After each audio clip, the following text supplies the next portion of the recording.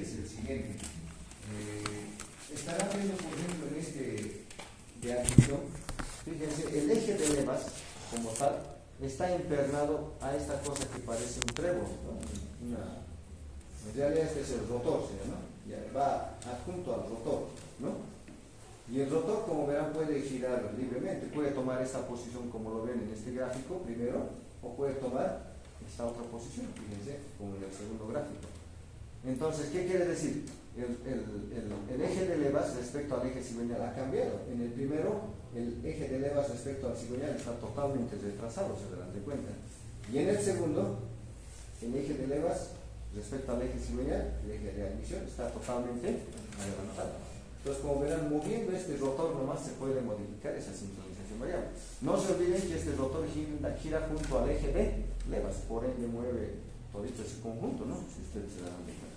La sincronización de afuera no ha cambiado nada, porque se supone que afuera tú colocas una cadena o una correa, colocas en sus marcas y en sus marcas no hay donde más se mueva, ¿no? Eso no se puede mover, se dan cuenta, ¿ya? Entonces, por ende, en este caso, estamos viendo que tiene sincronización variable en el eje de admisión, en este caso, ¿no? Bueno, como ya les mencionaba, viéndolo en forma gráfica, más o menos debería mostrar una foto algo parecida a esta cuando ustedes lo removerían en la tapa frontal, ¿no? ¿Ya?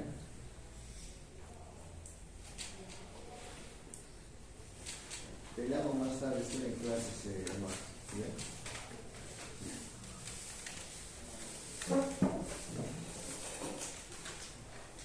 Ya, como ya les mencionaba hace momentos, acá tengo por ejemplo un rotor, como estarán viendo, y bueno, ¿qué se utiliza? Se utiliza presión de aceite, ¿no? Acá el número 10, fíjense, dice carga, ¿no? Oil pan.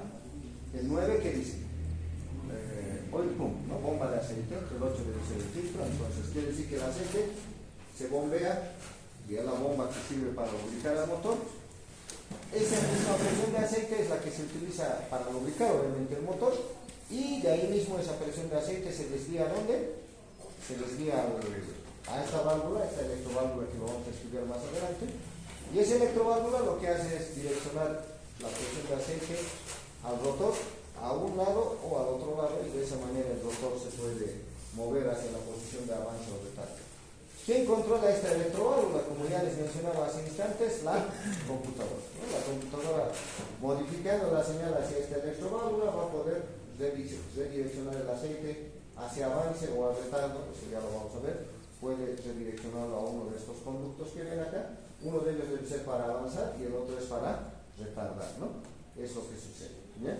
Alguno dirá, ¿y cómo llega la presión de aceite acá? Como estarán viendo, llega primero a los cojinetes, y de los cojinetes se va redireccionando al actuador, ¿no? Básicamente en este caso el conjunto donde está el rotor y su carcasa, ¿no?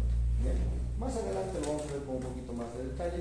Acá estamos viendo las posiciones de máximo, avance y retardo.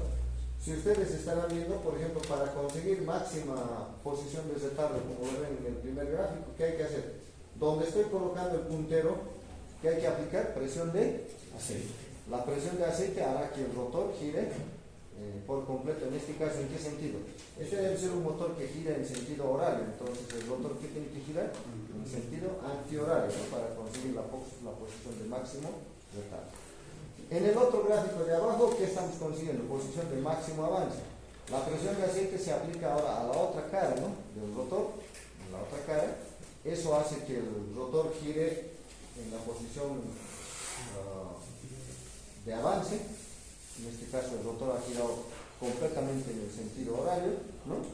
Y bueno, en este caso el eje de leva se ha adelantado respecto al eje cigüeñal. ¿Se está entendiendo? Para que trabaje este sistema se necesita aplicar presión de aceite, ¿no? Obviamente, ¿ya? Incluso en algunos modelos, en algunos modelos se desarma esto y en algunos es patentado, ¿no? Sobre todo en la línea asiática americana, esto es desarmable. Se puede desarmar.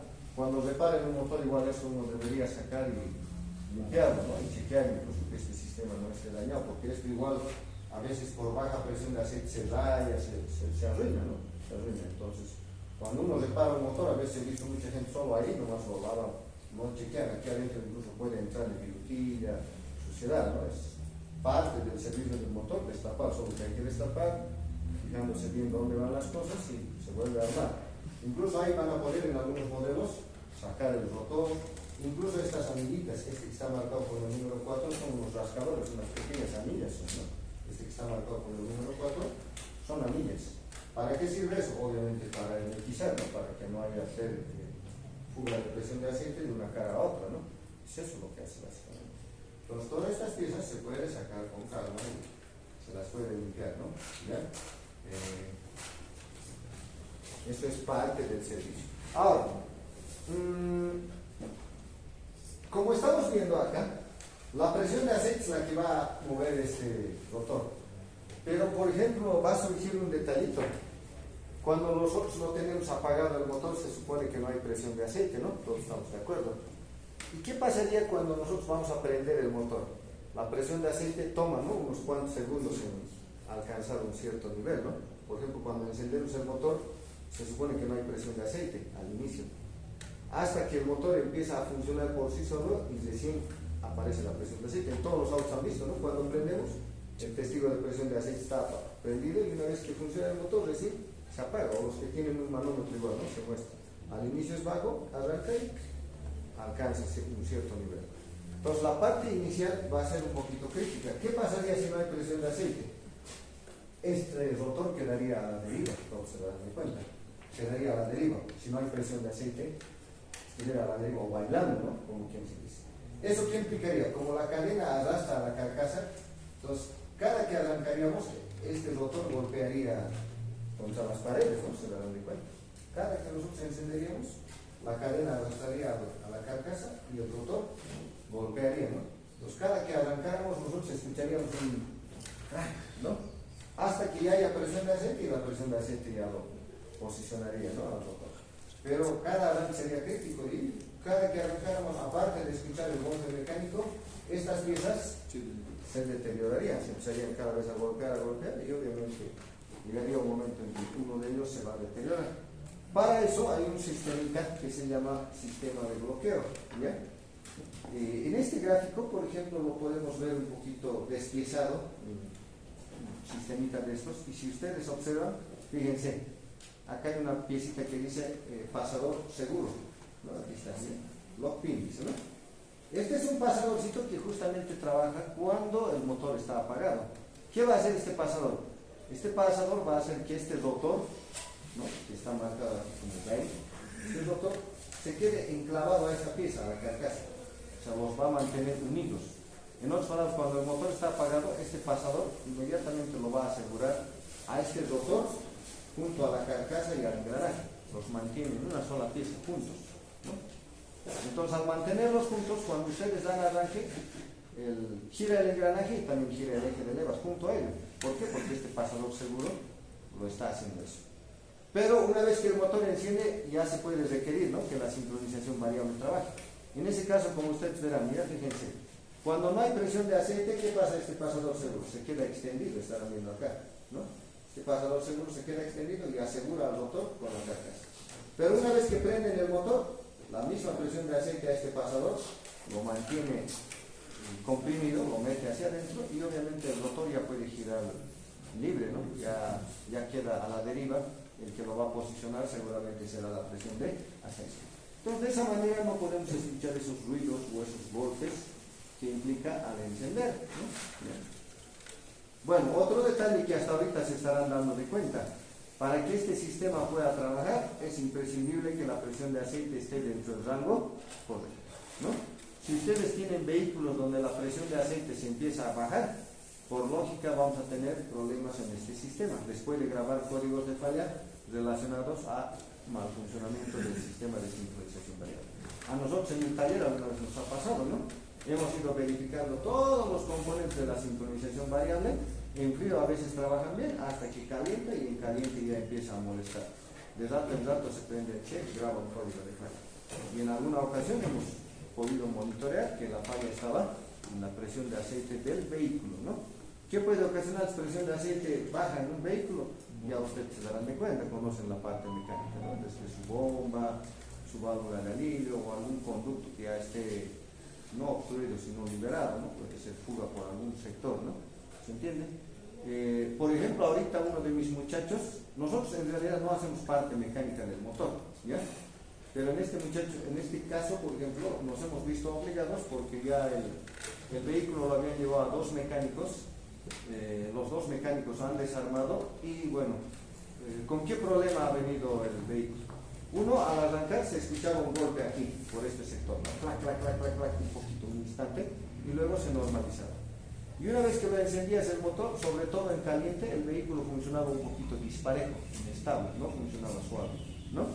Y bueno, como funciona inestable un poco, ¿qué han revisado? Presión de gasolina, bujías, inyectores y demás. Todo estaba bien. Al último hemos podido determinar que la sincronización variable se estaba quedando a ratos muy adelantado, sobre todo eso hacía que funcione inestable. Y al último nos hemos podido dar de cuenta, ¿no? Que en realidad uno de los ejes se estaba quedando trancado, medio adelantado, pero no era problema ni del actuador ni del solenoide, en realidad era, hemos tenido que desarmar una parte de la tapa del eje de levas y había conductos que estaban parcialmente obstruidos. Los mecánicos habían metido cualquier cantidad de silicona y para el fuego no lo han limpiado bien, esa silicona se ha llegado a estos conductos por donde llega el aceite, ha llegado a trabar, ¿no? Esa es una. Y incluso hemos encontrado, bueno, eso básicamente sucede. ¿Qué hemos tenido que hacer? Hemos tenido que sacar las culatas, ¿no? Lo han removido las culatas, al dueño le hemos hecho llevar para que vaya a hacerlo, limpiar, bueno, ya lo están armando ahora mis muchachos, lo que nos, básicamente es eso, ¿no? Los conductos estaban totalmente obstruidos. Servicio malo, digamos, que le han hecho, ¿no? En otro lado, a la rápida. Mi señor me dice, no quisiera llevar nuevamente al mecánico porque la verdad no me lo han solucionado. Ustedes háganmelo. Bueno, en este caso nosotros estamos haciendo, ¿no? Esa parte, ¿ya? Tampoco hemos necesitado sacar el motor. Si implicaba sacar el motor, no lo íbamos a hacer, ¿no? Entonces, pero sí, tenemos que sacar las culatas. Seguramente con eso lo vamos a poder corregir porque de los conductos hemos encontrado cualquier cantidad de suciedad. Entonces, estos conductos tienen que estar en perfecto estado, y son bien delgaditos, por si acaso, no son conductos gruesos, ¿no? No son conductos gruesos, son conductos bien delgados por donde llega la presión de aceite, ¿ya? A ver, continuemos el estudio, vamos a ver cómo es que se puede conseguir avance y retardo en un motor. En este caso estarán viendo un gráfico donde se está mostrando avance.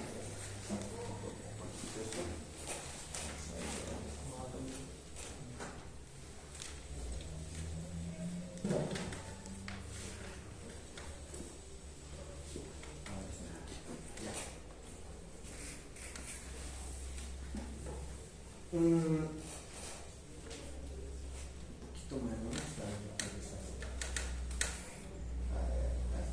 Ya. En este caso vamos a ver cómo la computadora puede mover, en este caso este es el rotor. El rotor, cómo puede moverlo hacia avance y cómo puede moverlo hacia retardo, ¿no? En el primer gráfico, como podrán ver, lo que se está haciendo es mover hacia avance. Para eso, ¿qué hay que hacer? Por donde estoy colocando el puntero hay que aplicar presión de aceite, ¿no? Hay que meter presión de aceite acá, ¿ya? Y el otro conducto se tiene que volver retorno, hay que dejarlo libre, ¿no? Hay que liberarlo hacia el carro. Para eso lo que quiero que se fijen sobre todo ustedes es en el rotor, ¿ya? O sea, hay una electroválvula y esta electroválvula tiene un pistón del tipo válvula carrete, que se lo llama. Una válvula carrete, por si acaso es un eje que tiene lugares con menor diámetro y lugares con mayor diámetro. Es igual a las válvulas que se utilizan en las cajas automáticas, ¿no? Entonces esta es una válvula carrete, ¿ya? La válvula tipo spool, que se llama, ¿no? En inglés. Spool quiere decir carrete, ¿ya?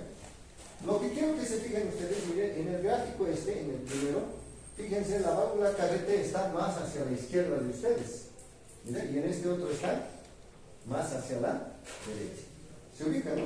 O sea, no están en la misma posición las dos válvulas carretes, ¿no? Ahora, ¿cómo hemos conseguido eso? Mediante el campo magnético que está aplicándose por el embobinado, ¿no? ¿Se entiende? ¿Ya? En este caso seguramente está circulando bastante cantidad de corriente por acá, ¿no? Debe estar circulando bastante cantidad de corriente eso está haciendo que jale a la válvula carrete, ¿no? Más hacia la derecha de ustedes. Cuando eso sucede, ¿qué sucede? ¿Qué pasa? La presión de aceite que viene de la bomba entra por este conducto, ¿no? ¿Sí? Y como verán, encuentra este paso y la presión de aceite se aplica a esta cara, ¿no? Del rotor. Y el otro, como verán, encuentra libre, ¿no? Devolución al cárter, ¿no? Regresa al cárter. Entonces, ahí ¿qué va a hacer? El rotor poco a poco se va moviendo hacia la posición de avance. ¿Se entiende? Para retardar, ¿qué es lo que ha hecho la computadora? Esta válvula carrete que antes estaba más en la otra posición, ahora cambia, fíjense, está más en esta otra posición, más hacia la derecha de ustedes. En ese caso, fíjense, miren, la presión de aceite está entrando por el mismo orificio, miren, primero, segundo, tercero, miren, fíjense, primero, segundo, tercero, por el mismo lugar está llegando la presión de aceite, ¿no? Solamente que ahora el aceite ya no es direccionado hacia la cara, sino a la otra cara, fíjense, a la otra cara del rotor, y el otro encuentra vía libre, ¿no? Para retornar al cárter.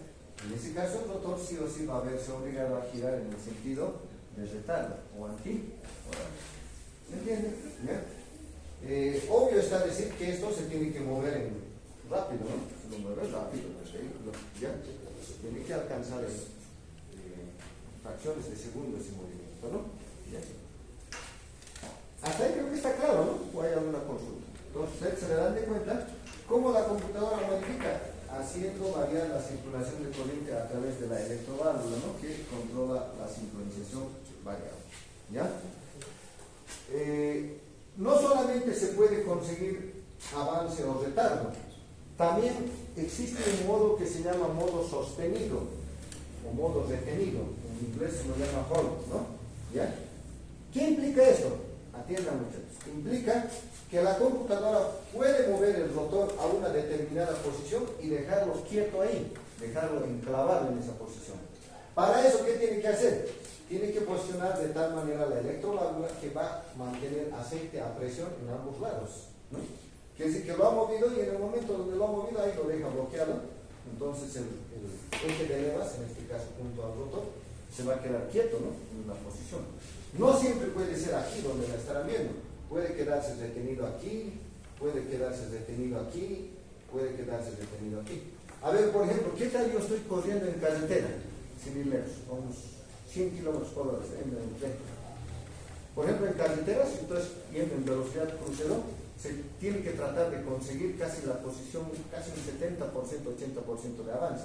Más o menos el rotor por aquí tiene que estar en carretera, trabado ahí, en esa posición. Pues la computadora lo va a mover hasta ahí al rotor y luego la presión de aceite lo va a dejar clavado, ¿no? Los dos lados. Entonces, quieto se queda en esa posición. Claro, no vas a modificar, ¿no? Vas a ir a una sola velocidad. ¿Se entiende? Entonces, para eso no siempre va a ser que estés moviendo, sino una vez que alcanzas la posición objetivo, lo puede dejar enclavado en la unidad, ¿no? Básicamente es dejando la presión de aceite a ambos lados sostenida. ¿Está entendiendo? En este otro cuadro, de alguna manera, ustedes estarán viendo, por ejemplo, este está mostrando de un Toyota 1T2T, es el que se utiliza en el Hiace, Hilux, Tacoma, bueno, varios modelitos, ¿no? Con 1T, 2T, incluso he visto en un Toyota Dina, por ejemplo, como 2 y 1T. Entonces acá está la electroválvula que es controlada por la computadora. Y si ustedes verán, la presión de aceite entra por acá y de acuerdo a eso se va direccionando en uno o en otro sentido, ¿ya? En este caso, fíjense, la presión de aceite está siendo aplicada por acá. Estarán viendo por dónde llega, ¿no? ¿Ya? Por unos conductos que van en el eje de levas y vía eso llega a una de las caras del rotor. Y el otro necesariamente tendría que volverse drenaje o retorno. ¿Se entiende? ¿Bien? Es la misma lógica que se utiliza. Vuelvo a reiterarles, son conductos pequeñitos. Otro detalle que tienen que aprender es cuando en esta parte ustedes colocan, ¿no?, la tapa superior del eje de levas. Ya no se llama tapa de balancines, ¿no?, porque los balancines ya no vienen en la actualidad. ¿Ya? En esa tapa, por ejemplo, no hay que llenar mucha silicona, como yo lo he visto, por ejemplo, en ese vehículo que estamos haciendo, ¿no? Hay gente que piensa que metiendo más silicona es donde mejor va a sellar, cuando ese es un graso error, total error, ¿ya? Hay que saber hasta dónde meter silicona, muchachos, ¿no? De colocar se coloca, pero hay que saber hasta dónde poner. Y usted dice a nivel de fábrica, acá de fábrica viene cualquier cantidad de silicona, ¿no? Una capita exacta como para que asegure el sellado. De ahí incluso ya tienen que poder analizar, ¿no? Pero no falta algún gil que metiendo más piensan que mejor va a sellar. Esa es la lógica de muchos. Les digo eso porque siempre es bueno que se acuerden, ¿no? Que voy viendo yo, la verdad, lo único que le puedo atribuir es un poquito falta de criterios, ¿no? ¿Ya? Entonces, en este igual está mostrando, en esta otra exposición de avance. Aquí están tratando de mover el rotor hacia la posición de avance, ¿no? Entonces, en este caso, por acá está entrando y el otro se vuelve drenaje. Si quiero mover hacia la posición de retorno, de la misma manera, esto ya se vuelve ingreso, por el otro lado se mete la presión de aceite y el otro se vuelve retorno. En realidad, se está haciendo la misma técnica a ambos. Lo que sí ahora, ¿cómo vamos a variar la circulación de corriente a través del solenoide? Para eso,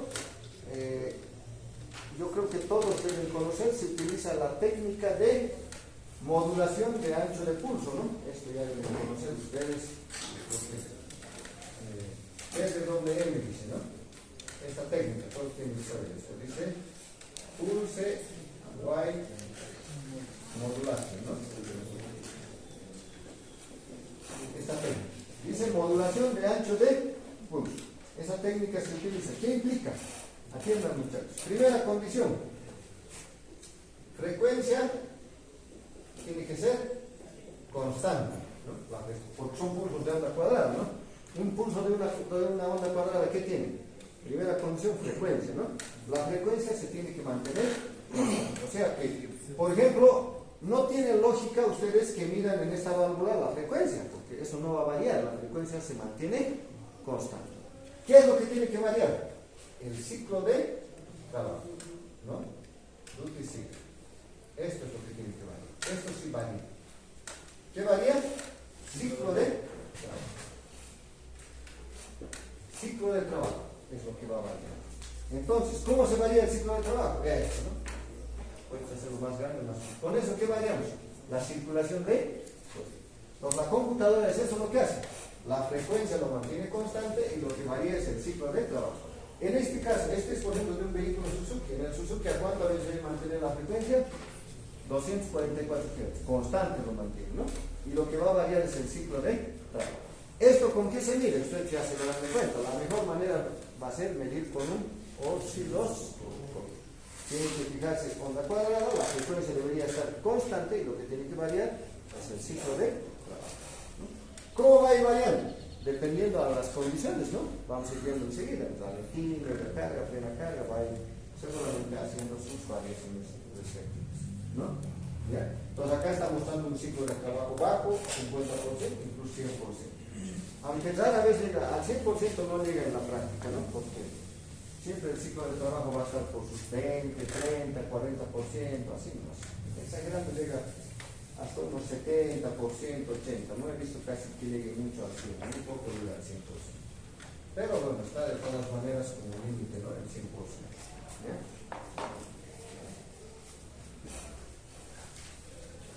A ver, en este cuadro de alguna manera va a tratarnos de mostrar, por ejemplo, este es para un vehículo Suzuki, ojo, no es para todos los vehículos, ¿ya? Esto, por favor, que se me entienda.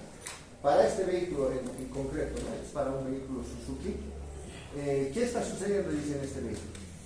Dice, si el ciclo de trabajo es menor a 50, mira, fíjense, el ciclo de trabajo está 0, 50, 100%, ¿no? No hay más de 100%, ¿no? Entonces, si el ciclo de trabajo dice es menor a 50, ¿qué pasa? Hay retardo, ¿no? Un ejemplo, ¿qué tal si el ciclo de trabajo, por ejemplo, estuviera, aquí debe ser 25, acá más o menos que sea unos 40, fíjense, 40, va a haber retardo. ¿Qué tal si el ciclo de trabajo es 25?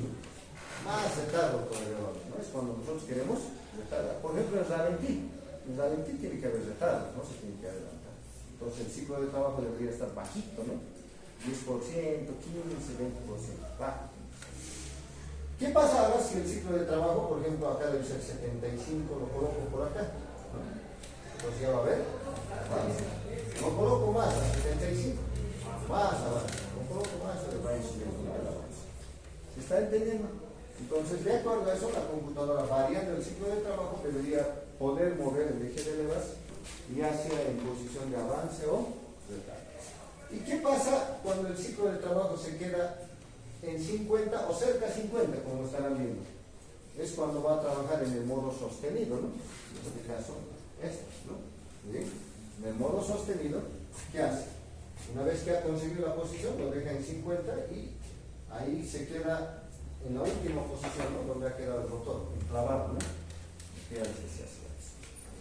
Si el ciclo de trabajo es menor a 50, el rotor se va a empezar a girar. ¿En qué sentido? Hacia el retardo, ¿no? Se va a empezar a mover. Si el ciclo de trabajo es mayor a 50, esto va a empezar a moverse hacia este lado, ¿no? Hacia avance. Y si el ciclo de trabajo es igual a 50, enclavado, ¿no? Sostenido. En este caso, fíjense, mira, aquí está enclavado casi en avance. ¿Están viendo? ¿No? Está enclavado casi en, o está en avance, ¿no? Está en avance. Está enclavado en avance. Entonces el enclavado no siempre puede ser al medio, ya les decía, puede ser ahí, o ya comparen con este gráfico, ¿no? Con el de hace rato. Acá está el enclavado, casi ligeramente retardado está enclavado. ¿Sí o no? De la mitad, un poquito menos, ¿no? Y acá está enclavado en avance. Bueno, eso es dependiendo de la unidad, ¿no? ¿Hasta ahí se ha comprendido? ¿O hay alguna consulta, muchachos?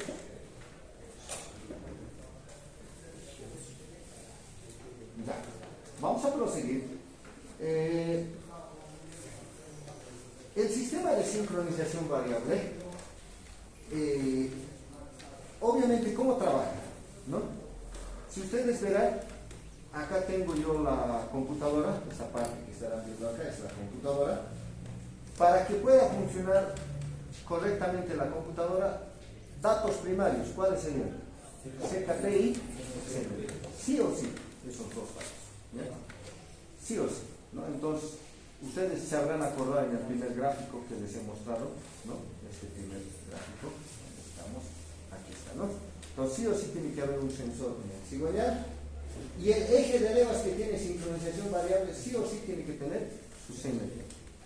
Si llevaría sincronización variable en los dos ejes, en los dos va a haber sí o sí CMP. Si tiene 4 ejes de levas y los 4 llevan sincronización variable, va a haber 4 CMPs, obligadamente. ¿Por qué razón? Porque si ustedes se darán de cuenta, la computadora necesita saber en qué posición está ese eje de levas para poderlo mover y de paso diagnosticarlo, ¿no? Para ver si está fallando. ¿Se entiende? Entonces eso va a obligar a que el vehículo lleve, si lleva sincronización variable en los 4 ejes, los 4 sensores CMPs van a llevar, ¿no? Eso va a ser obligado. ¿Ya? Entonces ahí está la causa por la que un vehículo puede llevar 2, 3, 4 sensores de posición del eje de. En este caso, 2 solo lleva este, porque lleva sincronización variable solo en uno, y en ese eje va a estar, ¿no? Pero van a encontrar vehículos como el Toyota Tundra, la Chevrolet Equinox, Suzuki XN7, que llevan sincronización variable en los 4 ejes de levas. Por lógica, mínimamente 4 sensores vamos a encontrar ahí, 4 sensores de posición del eje de levas. Eso es así, ¿no? Bueno, entonces, datos primarios, CKT y CMP, ¿no? Acá, claro, está mostrando solo uno, pero bueno, si llevara 4 serían 4. ¿Por qué? Porque la computadora, con la ayuda del sensor CKP y los CMPs, puede ver en qué posición está el eje de levas. Cuando la computadora diga quiero mover 10 grados, lo mueve y con los sensores confirma, ¿no? Si se han movido los 10 grados. ¿Se entiende? ¿Bien? Y si no se consigue mover, ¿qué hace? Graba un código de error, porque va a detectar que no está, ¿no? Muy previo eso. ¿Se entiende? Bien. Entonces eso también ayuda en lo que es el diagnóstico. A ver, en este caso, ¿qué está mostrando? ¿Qué otros datos más a requerir? Las RPMs del motor, masa de aire, en algunos se va a requerir temperatura del motor, posición del obturador más. En otras palabras, la computadora muchas veces, aparte de estos dos sensores, tiene que saber la carga que se está aplicando al motor, la carga, ¿no? El esfuerzo que se está aplicando. De acuerdo a eso, va a ir corrigiendo. A ver, acá está indicando lo siguiente. Mira, aquí dice ángulo deseado, diferencia y el ángulo real. ¿A qué se refiere esto? Miren, esto es bien interesante, este cuadrito, y amerita un poquito de interpretación y voy a explicar una sola vez. La computadora, cuando recibe datos del CKP, SMP y demás sensores, calcula un ángulo ideal, ¿no? Ese es el ángulo ideal. ¿Qué tal? Dice, por ejemplo, ya, con estas condiciones le daremos 15 grados de avance, dice, ¿no? Al eje de Lewis. Eso calcula la computadora. Inmediatamente, ¿qué hace? Ordena que la señal salga con ¿qué cosa? Con 15 grados de ¿me entiendes? Ordena que salga con 15 grados. Se ejecuta un ciclo de trabajo de acuerdo a esa obsolescencia. ¿Y qué es lo que hace luego la computadora? Inmediatamente con la ayuda del CKP y CMP evalúa si los 15 grados se están cumpliendo, ¿no? Se están moviendo. ¿Se entiende? Si por algún motivo no se cumple, ¿qué tal? Por ejemplo, la computadora ha ordenado 15 grados y solamente se han movido 14. Va a haber una pequeña diferencia. En ese caso, la computadora modifica, ¿no?, un poquito el ciclo de trabajo hasta que vuelva a evaluar y ve si se cumple. Si se cumple, dice, ya necesitamos mover un poquito y con ese poquito hemos corregido, ¿no? Pero luego puede surgir lo siguiente, muchachos. El aceite, a ver, ¿vos qué apellidas? ¿Yo? Sí, ¿qué apellidas? Ya. ¿La viscosidad del aceite cambiará con la temperatura del motor? Cambio. Ya. ¿Sube o baja la viscosidad en caliente? Va. ¿Por qué baja? Por la temperatura. Es lógico, ¿no? Va a afectar. ¿Y la viscosidad del aceite influirá en este sistema? ¿Va a influir en este sistema o no? Sí, en estos sistemas va a ser crítico. Si el fabricante te dice utilice un aceite 5W30, tienes que usar un 5W30. No le puedes tú tirar a tu libre albedrío, por ejemplo, un 2050. Con un 2050 va a funcionar el motor, pero con seguridad en algunos va a grabar códigos de fallas relacionados a la sincronización variable. Aquí ya no le puedes meter cualquier aceite, por si acaso, ¿no? ¿Ya? La mayoría de estos vehículos utilizan aceites delgados, ¿no? Delgados, aceites bajos. 0W20, 0W30, así utilizan, ¿no? Aceites delgados utilizan. Aquí no van a encontrar un 1040, peor un 2050, chavos. ¿Están de acuerdo, no? ¿Ya? Entonces se utiliza aceites delgaditos. La mayoría de los modelos que yo he visto son aceites delgados. Tengan mucho cuidado en primer lugar en eso, ¿no? En el aceite. Va a influir. Ahora, a lo que yo me pregunto, a ver, si la computadora calcula un ángulo deseado en frío, ¿no? En frío. Luego, en caliente, ¿va a tener que modificar el ciclo de trabajo o no? Necesariamente, en caliente va a tener que modificar. ¿Por qué? Porque el aceite de ese motor ha calentado y su viscosidad ha subido, ¿no? ¿Sí o no? Entonces, necesariamente el ciclo de trabajo, un por ciento, 2%, va a tener que moverse, ¿no? Ahora, otro detalle. Si un motor se va desgastando, a ver, es una pregunta que te hago a vos, ¿al que ha llegado último? ¿Qué apellidas? Sí. Ya. A ver, un motor, digamos que ha recorrido 100.000 kilómetros, ¿no? O sea, 100.000 kilómetros de recorrido. Todavía con 100.000 muchos van a estar funcionando, ¿no? A no ser que los chinitos creo que ya no alcanzan mucho, no llegan a 100.000, pero un auto, un motor asiático, un motor americano, 100.000 todavía está, no estará nuevo, pero todavía está caminando, todos se darán de cuenta, ¿no? Con 100.000 kilómetros. Mi pregunta, con 100.000 kilómetros, ¿la presión de aceite subirá o bajará en un motor? ¿Qué? ¿Por qué baja? Porque va a haber desgaste en la bomba y va a haber pérdida de presión. ¿En la bomba nomás se va a gastar?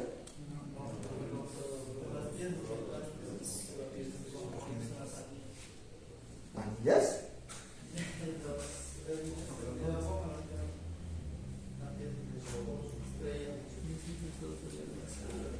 La bomba puede sufrir un ligero desgaste, pero más que todo, ¿por qué pierde presión de aceite?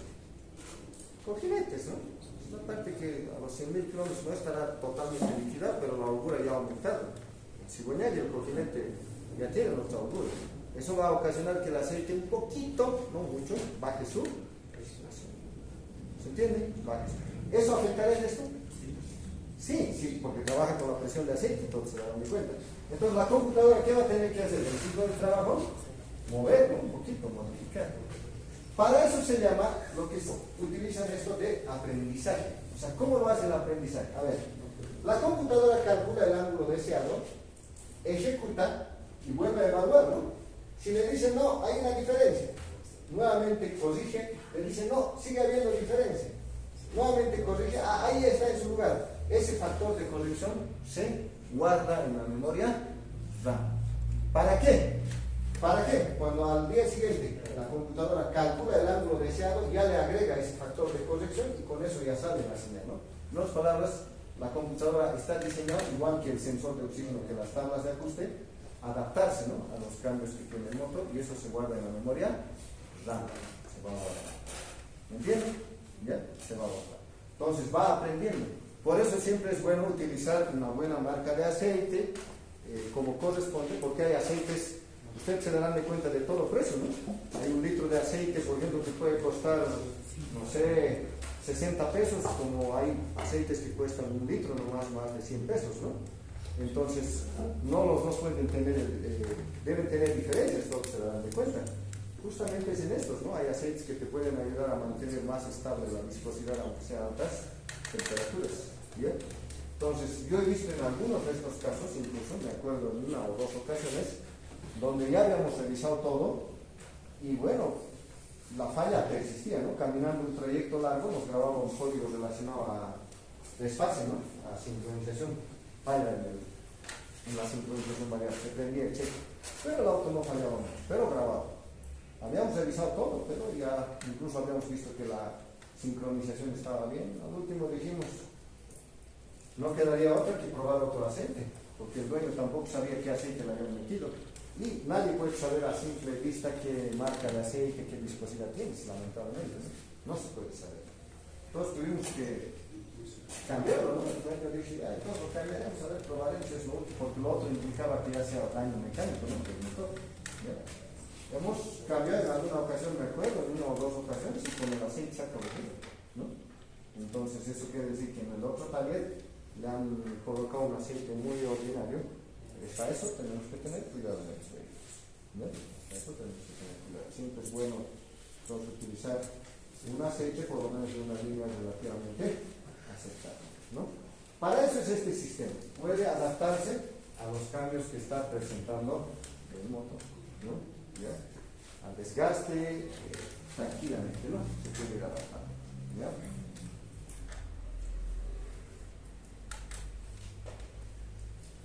Bien, ¿cómo la computadora puede chequear el desfase? ¿Cómo la computadora puede revisar? Es básicamente lo que yo les mencionaba hace rato. Miren, aquí estamos viendo un vehículo en el cual lleva su CKP y su CMP. Viéndolo en un osciloscopio, sus señales van a ser así, ¿no? Usted está viendo, está del CKP y acá está del CMP. Entonces, ¿qué es lo que están haciendo aquí? Fíjense, la computadora, una de las señales del CMP lo sincroniza, ¿no?, con una de las señales del CKP. Eso ya está guardado en su memoria, por si acaso. Una vez que está sincronizado, con eso chequea si el eje de levas está en su posición o no. Luego, ¿qué pasaría si la computadora decide adelantar? Esta misma señal del eje de levas va a tomar este otro gráfico, ¿no? Se va a mover más adelante. Ya va a haber más desfase respecto al eje cigüeñal. En este caso, ¿qué ha pasado? Este segundo gráfico dice que tiene mayor avance, ¿no? Más avance. 60 grados de desfase, dice en este caso. Claro, es cuando ya la computadora modifica. Entonces, ustedes, por ejemplo, si alguna vez tienen un vehículo que les graba, por ejemplo, les va a aparecer eso, ¿no?, que les graba, por ejemplo, les pueden decir eje de levas muy adelantado o muy retrasado. Ese código es típico que les aparece. ¿Qué tendrían que hacer ustedes? Primero hacer una inspección, ¿no?, que estén todos los conectores ahí en su lugar. Y luego, ¿qué se hace? Sale a un osciloscopio, conectas al CKP y el otro al CMP. ¿Y qué tienes que hacer luego? Comparar, ¿no? ¿Con qué? Eso sí, ustedes tendrían que irse muniendo de oscilogramas, como en este caso, por ejemplo, acá estarán viendo ahí un oscilograma. Este es de este de este motor, ¿no? Yo tendría que tener este oscilograma primero sin avance, ¿no? Sin avance en ralentí, se mide y tendrías que chequear que coincida, ¿no? Con el gráfico. Para eso, ustedes pueden irse muniendo, por ejemplo, de bibliografía, como por ejemplo, un cachito, a ver, les voy a mostrar, algo así como esto, ¿no?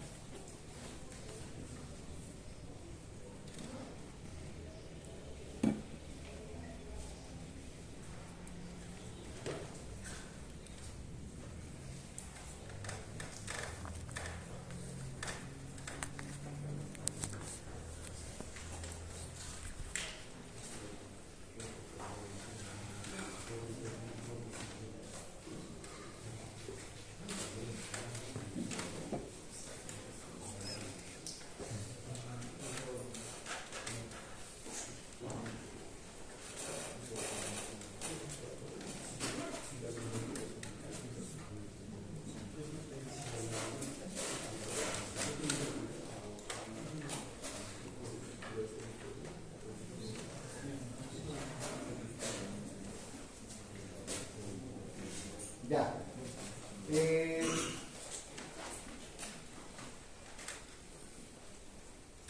Tendríamos que tener así oscilogramas. Por ejemplo, acá les estoy mostrando de uno de los motores de la línea Ford que más presenta problemas en la sincronización variable, ¿no? Uno de los piojits que tiene Ford, por ejemplo, en sus modelos 2000, 2001, 2002, 2003, los motores 5.4, ¿en qué vehículos vienen? En la Ford Expedition, en la F-150, ¿no? Tienen alto problema en la sincronización variable, es un dolor de cabeza, ¿no? Pero bueno, ya nosotros hemos podido corregir varios de ellos. Entonces, en esos modelos, por ejemplo, ¿qué aparece el código de falla? A veces aparece muy adelantado o muy retrasado. Generalmente adelantado aparece. Y ese dato que se queda adelantado hasta el motor se sacude jodido, ¿no? Tiembla, se pone inestable, ¿no? ¿Qué tendría que hacer yo? Ese dato, por ejemplo, que está funcionando inestable, un canal colocarlo al CKP y el otro al CMP. Este es su oscilograma perfecto, ¿no? Sin falla. Entonces tengo que tener yo estos oscilogramas, ¿entienden? Ya tengo que tener estos oscilogramas y seguramente irse guardando para poder comparar, porque cuando yo agarre con mi osciloscopio, ¿qué tengo que hacer? Lo que mido, capturo y lo comparo con esto, ¿no? En este caso, por ejemplo, ya fíjense, el CKP había tenido una tasa de 2 dientes, aquí está, ¿no? Entonces, a partir de eso, ¿cuánto se cuenta? 1, 2, 3, 4, 5, 6, 7. Entre el séptimo y el octavo tiene que estar la cresta, ¿no? Del CMP. Si sucede eso, quiere decir que está bien. Pero ¿qué pasa si está más movido allá, más movido allá? Hay un desfase, ¿no? ¿Se entiende? ¿Qué tal si habría un desfase? ¿Qué hago? Por si acaso chequeo que el solenoide no esté trancado. Si el solenoide está bien, ya probablemente puede ser sincronización, ¿no? Lo más probable. ¿Se entiende? Bien. Entonces, para eso sirven estos oscilogramas. Ustedes, hoy en día en el internet hay una página en la cual ustedes pueden acceder. No está de todas las marcas, obviamente, pero veo que cada vez se está agregando nuevos oscilogramas. Pueden entrar a esta página que dice Rotki Waveform Library, dice, ¿no? Librería de oscilogramas Rotki. Es un sitio gratuito en el internet. En este sitio igual hay bastantes oscilogramas, así padrones de muchos vehículos, a los cuales ustedes pueden acceder, ¿ya? ¿No? Al cual pueden ustedes acceder. Obviamente no está todo, imposible, porque hay tantos modelos que difícilmente se pueda tener de todos, ¿no? Entonces, lo que también uno tiene que tratar de hacer, de algún vehículo medio rarito, medio nuevo, ¿qué tiene que hacer? Capturarse, ¿no? Su señal. Acá, por ejemplo, estarán viendo la misma señal, pero capturada en qué? En distinto tiempo, ¿no? Del osciloscopio, ¿ya? Y así, seguramente tendremos que ir viendo de distintos modelos, ¿no? Hay distintas marcas, ¿no? Por ejemplo, podemos ver si es un auto asiático, ahora vamos a tratar de ver, ¿no? Entonces hay ahí de muchos, por ejemplo, está un motor 920, ¿no? El oscilograma, se supone que aquí está el CKP y ahí está él, ¿no? un motor extraído de los mitos y así. Nissan Juke, por ejemplo, está ahí. Y así hay que tener oscilogramas de distintos modelos. Pero vuelvo a reiterar, es difícil de tener de toditos, es difícil tener, la verdad, uno cada vez se va tratando de agregar. Lo que sí es buen consejo, si tienen un vehículo que es medio rarito y está funcionando bien, un cachito agarrar el osciloscopio, hacerle una medicióncita y la imagen guardársela, ¿no? Como base de datos. Eso sirve como ayuda posteriormente, ¿no? Sí. ¿Ya? Para eso. Entonces, con un osciloscopio seguramente nosotros podemos checar, ¿no? Por si acaso.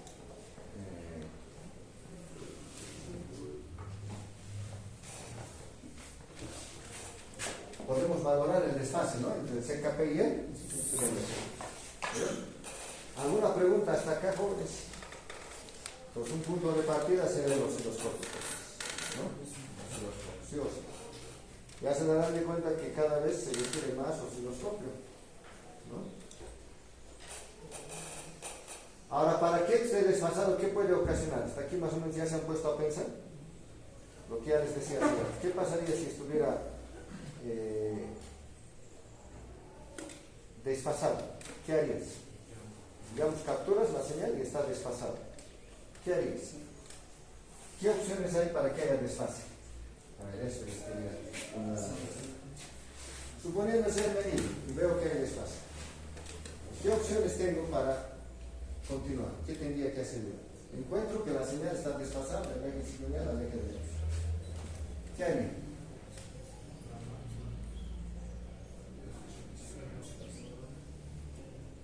A ver, una opción sería que estuviera mal sincronizado el motor.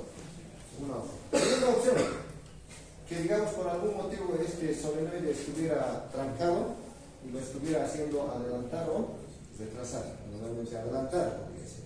Otra opción sería que los conductos de aceite estuvieran parcialmente obstruidos y igual estén moviendo, ¿no? Al eje de levas en una determinada posición. ¿Se entiende? ¿Ya? Entonces, lo que yo, por ejemplo, hago en la mayoría de los casos, aunque es una prueba empírica, pero sirve, ¿ya? Es la siguiente. Si vemos que hay desfase, conectamos y el osciloscopio, lo que hacemos es sobre el LED, lo desenchufamos, ¿no? Lo desconectamos, ¿no? Al desconectarlo, automáticamente el solenoide queda sin energía, ¿no? Entonces debería quedarse en la posición de máximo retardo. Es como viene estándar el oscilograma. La mayoría de los oscilogramas les toman un retardo cuando está en ralentí. Esos son los gráficos que ven, ¿no? Entonces, desconectado ya debería coincidir el gráfico. ¿Qué pasa si desconectado sigue moviendo? ¿Qué hago yo? Le saco dos cablecitos de aquí, ¿ya? Le jalo directo a la batería, ¿no? Así como motor funcional. Con el osciloscopio colocado, le jalo dos cablecitos y un cachito lo conectamos a la batería un ratito. Se supone que lo voy a energizar al 100%, ¿no? A solenoide. ¿Qué debería hacer? Obligarle a ir a la posición de avance. Ni bien lo conecto, el motor debería funcionar, debería cambiar, ¿no? Su funcionamiento. Debería ponerse inestable. Incluso en algunos se llega a apagar en algunos vehículos. Luego lo sacas, vuelves a prender, debería volver a su punto normal, ¿no? Entonces, pero debería haber cambio. ¿Qué tal si yo le conecto a la batería? Chispea, quiere decir que circula corriente. Pero el motor no sufre cambio alguno. Eso me indica un mal indicio, ¿no? Circula corriente, pero por algún motivo la presión de aceite no está haciendo su trabajo de mover. Entonces el solenoide también cuando yo lo energice debería escucharse, ¿no? Clarito el clic, clic, clic, ¿no? Debería sonar como cualquier electrovalve. Si suena, el solenoide ya tendría indicación de que hay conductos obstruidos o ya el actuador, ¿no? Donde está el rotor ya ha sufrido daños. ¿Se entiende? Eso va a implicar necesariamente que vas a tener que desarmar todo aquello. ¿Se está entendiendo? Ya uno va viendo, ¿no? Cómo tiene que ir atacando. Porque tampoco directamente vas a tener que desarmar si está dando de cuenta.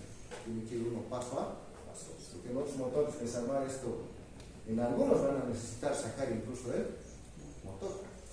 ¿No? Sumamente incómodo en algunos. Por ejemplo, en un BMW, a ver, traten de sacar estas tapas. Es imposible casi, ¿no? Así se retirar el motor, se retirar el motor, todo un show. ¿Se está entendiendo? Bien. Bueno, eso es lo que nosotros hacemos en el taller, ¿no? Ahí paso a paso vamos aplicando. En algunos casos, incluso nosotros, ¿qué hacemos? Solo sacamos la tapa del eje de levas, la tapa superior, ¿para qué? A veces incluso llegamos a sacar las tapitas de los ejes de levas, o de las bancaritas, ¿no? De los ejes de levas, y a veces incluso ahí encontramos los orificios. Ahí metemos aire y tratamos de ver, ¿no? Si los conductos están libres o no, ¿no? Se ubican los conductos de avance insertado. Por ejemplo, ese que les he indicado obstruido, ¿cómo hemos ubicado? Echando habiloso, ¿no? Lo ha ido sacando, ha encontrado sus orificios. Me dice, profe, mira, a este le meto aire y el pistón se escucha, clac, clac, clac, lo que activo. Y el otro rebotaba y no movía nada el pistón. Entonces los conductos están obstruidos. Y adentro la culata, ¿no? Con esa certeza lo han sacado la culata. Cuando han desarmado la culata, obviamente han encontrado, ¿no? Pedazos de silicona que gustaban en los conductos. Entonces, de esa manera se va ubicando, ¿no? El mismo aire comprimido lo han ido usando para meter a los conductos, ¿no? Bien, muchachos, ¿qué más nos queda? A ver.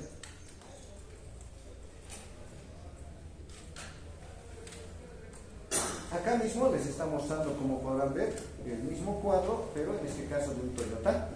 Estarán viendo la computadora del Toyota, se tiene varios sensores, CKP, MAF, TP, ST, MP, velocidad de vehículo. Con todos ellos, ¿qué hace? Calcula un ángulo deseado y lo ejecuta. Si por algún motivo no se cumple, con la ayuda del CKP-CMP evalúa y hace una corrección. Con esa corrección se ejecuta nuevamente.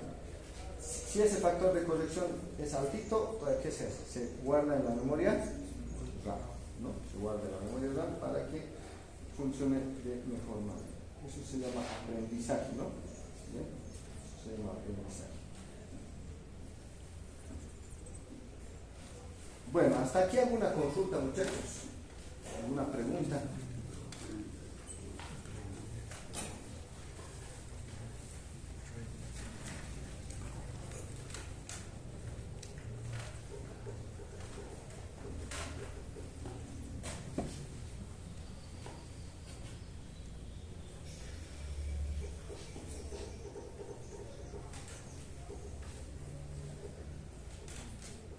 Les había indicado que de un modelo a otro puede cambiar, ¿no? Pero bueno, miren, me estoy saltando un poquito los cuadros porque quiero mostrarles estas presentacioncitas más. Fíjense, acá está mostrando, por ejemplo, una electroválvula. Claro, no es para todos, pero para que se den de cuenta. Esta es una electroválvula, miren, y este ha tenido incluso por dónde entra la presión de aceite y por dónde va hacia avance y hacia retardo. Está marcado con colores, ¿no? Entonces es una electroválvula que tiene dos terminales. ¿Ya? Y acá incluso les está mostrando por dónde circula el aceite. Este modelo, para que estamos viendo la presentación, por dónde circula la presión de aceite, distintos conductos, pasa por la electroválvula, va por esa tapa de adelante. Por ejemplo, esta tapa ustedes han de ver, en muchos modelos tiene un poquito, ¿no?, de pegamento que se coloca, pero no hay que colocarle mucho, porque como podrán ver, siempre hay riesgo de hacer llegar la silicona a estos conductos. Si obstruyes eso, vas a tener seguramente inconvenientes, ¿no? Entonces, como ustedes verán, miren, la presión de aceite proveniente viene por esta tapa, de la tapa frontal de la cadena, fíjense, y llega por dónde? Por los cojinetes, ¿no? Entra al eje de levas y de ahí va realmente desciende al actuador, ¿no? De la misma manera el conducto de retorno, ¿no? Entonces acá está mostrando, por ejemplo, la porción de avance y acá la de retardo. Eso siempre tendríamos que estar tomando en cuenta. Me voy a saltar todavía un poquito más. Este, por ejemplo, es de un BMW. Si ustedes verán, en este caso es un motor de 6 cilindros, lleva sincronización en un eje de cada lado, ¿no? Si ustedes están viendo, en un eje de cada lado, en la línea BMW, el sistema se llama Vanos, ¿no? Con ese nombre es conocido el sistema, es el sistema Vanos, ¿ya? Pero bueno, ¿qué quería mostrarles? Básicamente en el Vanos hay un pequeño cambio, no un cambio, sino variaría en esta parte del actuador. ¿Ya? Si ustedes verán, fíjense, aquí está la computadora, acá está la electroválvula, esta, ¿no?, la electroválvula, y si ustedes verán, en este caso es un poquito diferente el actuador del eje de levas, ¿no?, al anterior. El anterior tenía un rotor, ¿no? Para mover a uno. Este no lleva rotor. ¿Ya? Si ustedes ven. En vez de eso lleva este pistoncito que ven acá. Este pistón puede moverse en esta cámara. No gira, sino se mueve. Y este pistón igual trabaja con presión de aceite. Tiene presión de aceite y esta electroválvula va a hacer que el pistón se mueva en uno o en otro lado. Este pistón se va a mover con este engranaje helicoidal y eso a ratos puede hacer que este eje de leva se mueva en esa posición con este otro. Miren, lo vamos a comparar de la siguiente manera. A ver, fíjense de acá, miren, el pistón está más hacia este lado, más salido, más hacia afuera, ¿no? Hacia la parte frontal. Quiere decir que la presión de aceite se está aplicando abajo, el pistoncito está empujado hacia afuera. Miren en este otro gráfico. La presión de aceite se está aplicando en ese otro lado, el pistón lo están empujando hacia adentro. Al empujar hacia adentro, como este engranaje helicoidal, el eje de levas se mueve automáticamente. Entonces, en realidad hace lo mismo, pero ¿dónde cambiaría? Acá, ¿no? En el actuador, digamos, básicamente. Ya no utiliza rotor, ¿no? Todo lo que es Mini Cooper, BMW utiliza de esta manera, por cierto. Es típico. BMW, Mini Cooper. Así trabaja el sistema. Por lo demás, como verán, la electroválvula tiene positivo y la que la computadora le da es negativo. ¿Cómo evalúo? Con ayuda del CKP y obviamente debería haber un CNP. Eso no ha cambiado, ¿no?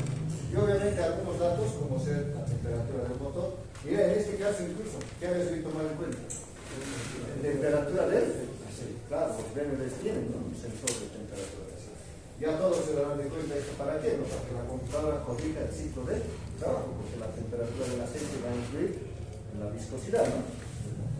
Incluso ustedes saben bien los BMWs que tienen sensor de nivel de aceite, ¿no? Todo lo que es BMW X5, X6 tienen sensor de nivel de aceite. Chequean qué cantidad de aceite, ¿no? Si falla alguno de ellos, en la pantalla aparece, ¿no? Un mensaje, ¿ya? Bueno, este es el Vanos, que en realidad después trabaja de la misma manera, solo lo que quería mostrarles es este cambio, ¿no? En el actuador, ¿ya? En el actuador, ¿no? No me vayan a confundir ahora con el Valvetronic. El Valvetronic es otro sistema que viene en BMW. Por ejemplo, muchos de los BMWs actuales tienen Vanos. ¿El Vanos para qué es? Para modificar la sincronización. Y tienen Valvetronic. El Valvetronic es un sistema para modificar la apertura de las válvulas. ¿Ya? Es otro sistema. Como Toyota. Por ejemplo, Toyota, ¿qué se llama su sistema de sincronización variable? DVTI. Pero tiene otro sistema, algunos Toyotas, sobre todo los Corollas americanos van a encontrar, con el sistema Valvematic. El Valvematic igual se encarga de modificar la apertura de las válvulas. Esos sistemas son sistemitas un poquito más avanzados que estos, pero tienen los dos sistemas, ¿no? Recientemente nos han traído Toyotas, por ejemplo, al taller con falla en el Valvematic, ¿no? Con falla en el Valvematic. El BMW, cuando tiene falla en el Valvetronic, incluso hay casos que no quieren encender, ¿no? Como me acuerdo, hace unos 3 años, debe ser, uno de mis ex operarios fue a auxiliar un auto al Valle Alto, por la angostura sería para un BMW, un cliente que tenemos, la vida a chequear y cuando la vida arranque el motor giraba suelto, ¿no? Como si no tuviera compresión, ¿no? Es bueno oír, pero se siente como si no hubiera compresión. Era un BMW X5, cadena difícil que se rompa, ¿no? Pero era así como si se hubiera roto la cadena. Pero había dicho, mira, yo siento eso, a chequear chispa, había, pulso a los inyectores, había. Pero dabas arranque y el motor ni el intento de prender, ¿no? Suelto, ¿no? Entonces ha sacado una bujía, claro, no se ha llevado ni compresímetro, pero le ha puesto su mano, no le soplaba nada, ¿no? Cero compresión, a 2 cilindros, cero. Hay que llevar en grúa, no se puede hacer nada, ¿no? Se ha tirado algo en el motor, pero cuando lo trajo al taller se vio, no pasa nada de eso. El Valvetronic ha fallado y la computadora cuando falla el Valvetronic lo deja las válvulas de admisión abiertas. En otras palabras, queda sin compresión, ¿no? ¿Qué se le dañó? Por ejemplo, en ese modelo se dañó la computadora, ¿no? Pero ese es un sistema un poquito más complicado. En este nunca les va a pasar esto, porque este nunca les puede dejar sin compresión. En el peor de los casos se puede quedar adelantado. Si se queda adelantado, el motor va a funcionar en estado. Si se queda retardado, funciona suavito. Va a perder un poquito de potencia, un 10-15% va a perder potencia. Pero el motor funciona, puede llegar caminando hasta 10 sin ningún problema. ¿Se entiende? ¿No? Esto no puede dejarles parar por si acaso, ¿no? Bueno, ¿qué vamos a hacer ahora? Vamos a mostrarles a ver en qué condiciones se adelanta y en qué condiciones se retrasa. Ya. A ver, acá por ejemplo dice, ¿qué pasaría en el ralentí? Dice. Bueno, haremos una cosa, haremos que enfríe un cachito el motor, unos 5 minutitos muchachos, y luego les explico esto. Ya vayan a mover el cachimbo.